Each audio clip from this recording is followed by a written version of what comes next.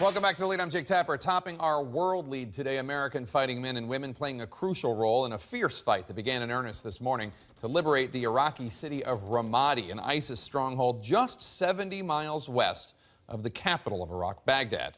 Iraq security forces are advancing to the center of the city, backed by coalition airstrikes, but complicating their effort, the Iraqi army says that the terrorists of ISIS are using innocent civilians as human shields. This as we learned the names of some of the 6 Americans killed in that motorcycle bomb attack in Afghanistan yesterday, including Air Force Major Adriana Vorderbruggen, seen here. She's on the right alongside her wife and son, and New York Air National Guard Technical Sergeant Joseph Lamb, also an NYPD detective. Let's get right to CNN's Barbara Starr live at the Pentagon. Barbara, you have some late-breaking details on U.S. Special Forces in Syria. What can you tell us?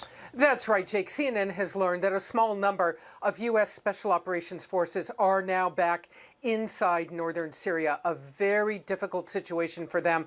They are trying to keep a very low profile, officials confirming they are there, but not saying where they are or how many are there due to security concerns. They'd been there a few weeks ago for some initial reconnaissance, now back to advise anti-ISIS forces on their moves to try and fight ISIS in northern Syria.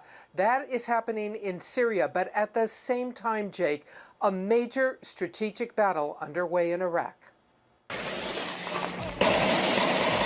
Gunfire and battles now raging across the ruined city of Ramadi. Iraqi forces on the move to take back the city center from ISIS 7 months after they ran away from the fight. Back in May, when Iraqi forces fled, top U.S. officials thought it was a bump in the road. It is possible to have the kind of attack we've seen in Ramadi, but I am absolutely confident in the days ahead that will be reversed.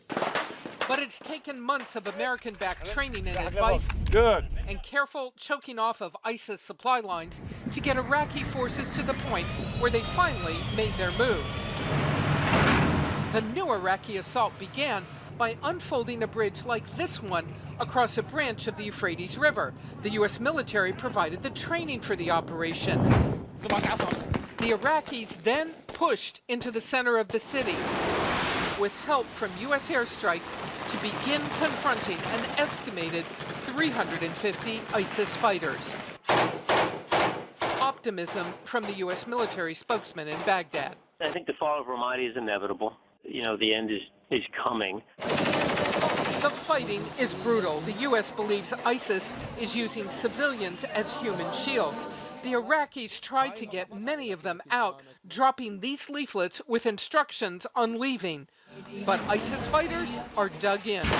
ISIS has probably laid mines in buildings and laid explosive devices throughout the streets and inside the houses that are going to cause a lot more casualties.